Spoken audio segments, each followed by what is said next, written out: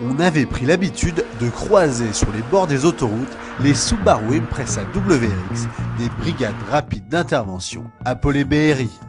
Dorénavant, ce sont des Renault Mégane RS qui équiperont la gendarmerie pour traquer les grands excès de vitesse. Pour dompter leur nouvel outil de travail de 260 chevaux qui atteint les 255 km/h, les 163 pilotes des BRI suivent une formation spécifique. Nous avons suivi l'équipe de Fort dans la Loire au circuit de Bresse pour un stage de prise en main. Avant la pratique, les gendarmes ont eu le droit à 1h30 de théorie pour évoquer notamment les caractéristiques techniques du véhicule et ses particularités par rapport à la Subaru.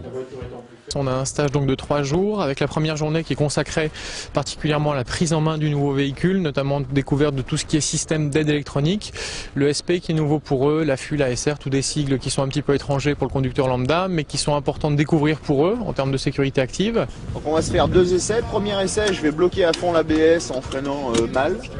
Donc on va voir, on va très loin à la barrière. Et deuxième essai, on va essayer d'affiner ce freinage. Et troisième essai, on va le faire parfaitement. D'accord ?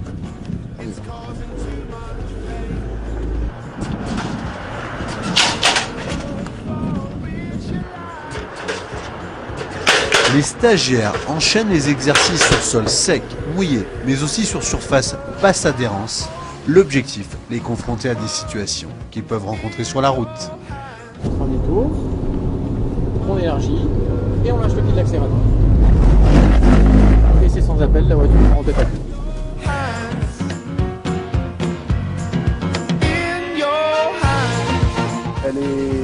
Elle est puissante, elle est racée, efficace.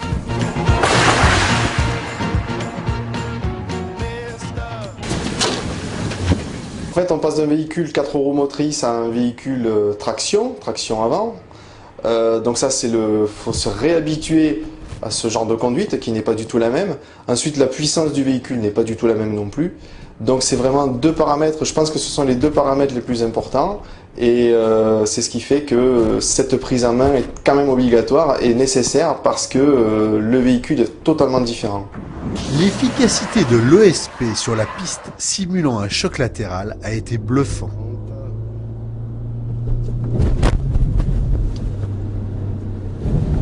C'est impressionnant. C'est très déconcertant de voir que les voitures modernes sont bien faites et que l'électronique réagit très bien. La preuve, on a fait ça sans les mains. Alors que c'est pas toujours facile de le faire avec les mains. Pour la conduite rapide, c'est sur le circuit de compétition que les gendarmes ont poussé la Mégane RS dans ses derniers retranchements.